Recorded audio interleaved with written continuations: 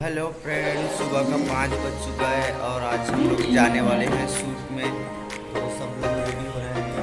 हमारे टुल्लू है, टुल्लू भाई आज ये हमारे शूट का पहला दिन है। तो कैसा लग रहा है आपको? बोलो, इधर देखो ना भाई।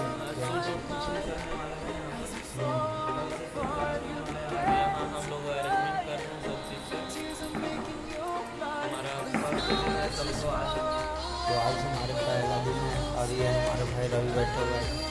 अरे हमारे आर्ट वाले भैया, कुछ बोलना चाहोगे आज के बारे में? What a fine day. मौसम बहुत सुहाना है। तो हमारे कॉस्ट्यूम वाले भाई जो है सो रहे हैं, देख सकते हो। अब आज शूट में कॉल टाइम 5 बजे अभी कॉल टाइम 5 बजे के दिया गया है और हम लोग सोकर उठे और नहा धोकर रेडी हुए हैं और जाते हैं। फिर मिलते हैं स्पॉट पे, मेन न्यू ब्लॉक। और आज का हमारे शूट स्पॉट है ये और यहीं लगने वाला है। तो आज की स्पॉट में आया तो